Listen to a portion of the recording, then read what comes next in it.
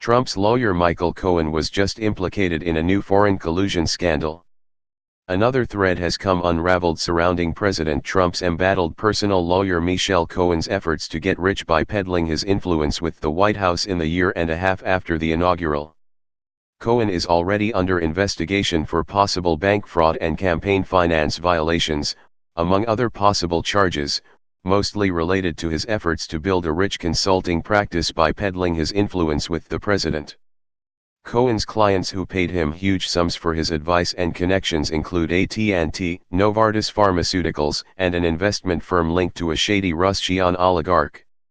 One potential client that was not seduced by Cohen's pitch was the Kingdom of Qatar, the oil and natural gas-rich Middle Eastern country that is currently locked in a nasty struggle with its neighbors including Saudi Arabia and Egypt, which accuse it of supporting terrorism. Although Qatar declined to sign on the dotted line, apparently Cohen did establish enough of a connection to be able to arrange a meeting for another potential business deal, with the owner of an unfinished nuclear plant looking for billions in financing.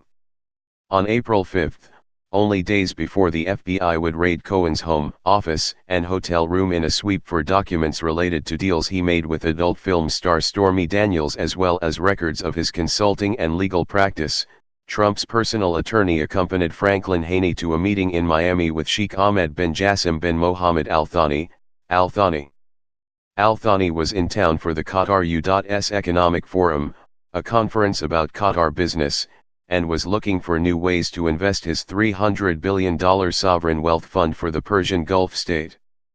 Haney, a 77-year-old Tennessee native, was there to discuss an inoperative nuclear power plant he owned in Hollywood, Alabama that he needed about $13 billion to turn into a working power plant.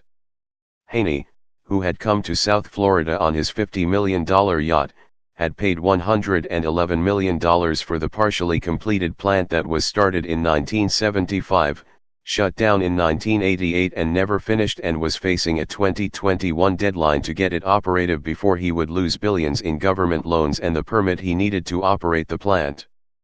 Haney may well have turned to Cohen because he was going to need a lot of help in Washington to deal with the Energy Department, the Nuclear Regulatory Commission, the TVA, and other government entities. Haney, who in the past was a Democrat, making huge contributions to President Obama and Secretary Clinton's campaigns, began contributing heavily to Republicans after Trump was elected, and had donated about $1 million for Trump's inauguration. Bloomberg News reported in June 2017 that Haney has dined at least a dozen times with Trump since the election, and is a member of Mar-a-Lago, Trump's private club in Florida. It is unclear if any deal was done that day in Miami, but it seems unlikely. What is clear is that Cohen requested the meeting and would have made a commission if there was a transaction completed by the parties. The Miami meeting also came a week before Trump met in the Oval Office with Al Thani to discuss the 2017 blockade imposed by Saudi Arabia and others, which Trump had endorsed and supported. During this White House meeting, reports Mother Jones, in a sharp reversal, Trump praised the emir for cracking down on terror funding.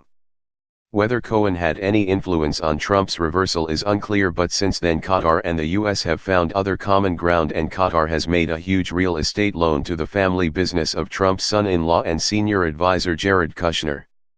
All of these entanglements are now under the microscope of investigators in the Office of Special Counsel Robert Mueller and the U.S. Attorney in New York, among others.